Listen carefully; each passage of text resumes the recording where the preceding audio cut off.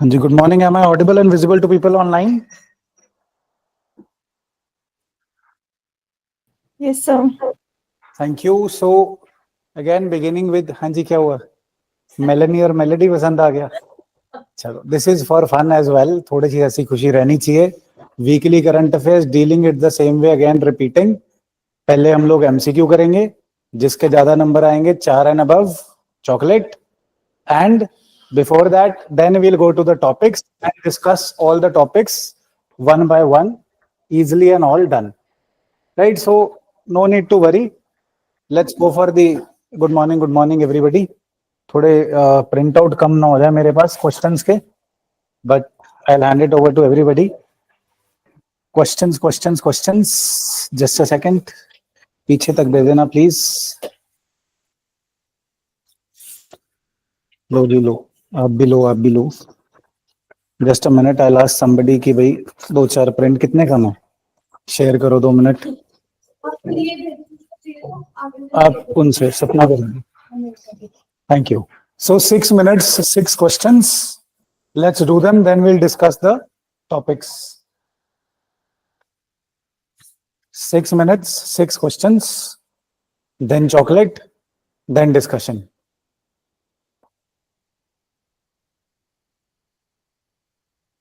साहिल जी करने तो हैं, नहीं करनी कोशिश कर लो. एबीसीडी दिखा दो, की पता अपने ही सारे सही हो जान.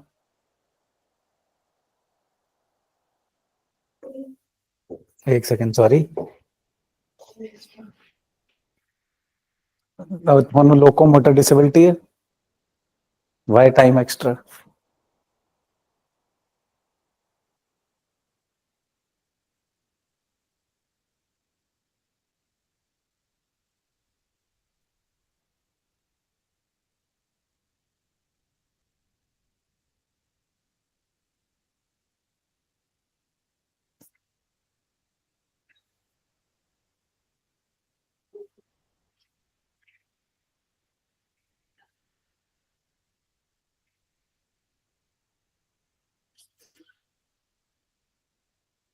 फिर फोन चला के आंसर नहीं लभनी. ਲੱਭ तो जो मन च आंदा टिक कर दो, कोई गल नहीं, पढ़ते पढ़ते आ जाएंगे.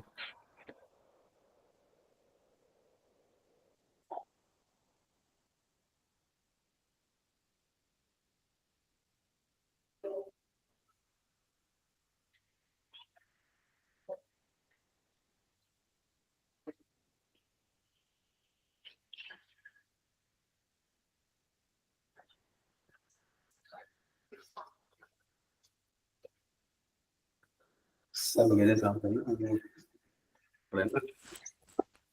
बलून लगा रहे हैं. इनवाइट और वो है तो समझे.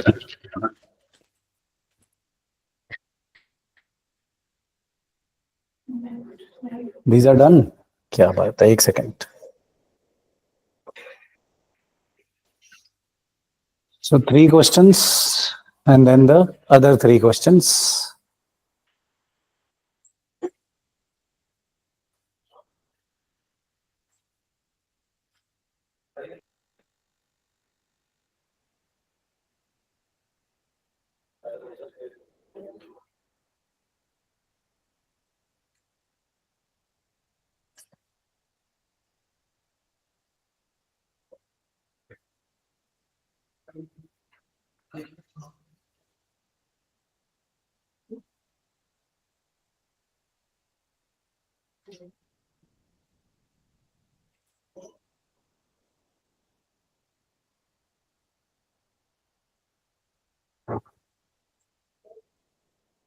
आज 6 out of 6 लेने हैं किसी ने.